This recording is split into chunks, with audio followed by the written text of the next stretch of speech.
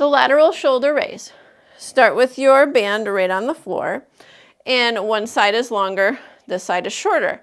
So grab it with your right hand, take your right foot back. Stand up nice and tall, your elbows slightly bent, your hips and shoulders are square to the front.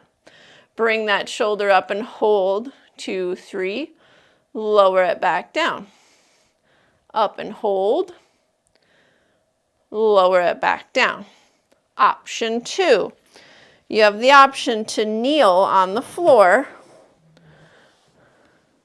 and do it at the same time. You pick which way is going to work best for you. Make sure your band is nice and even on both sides here. There we go.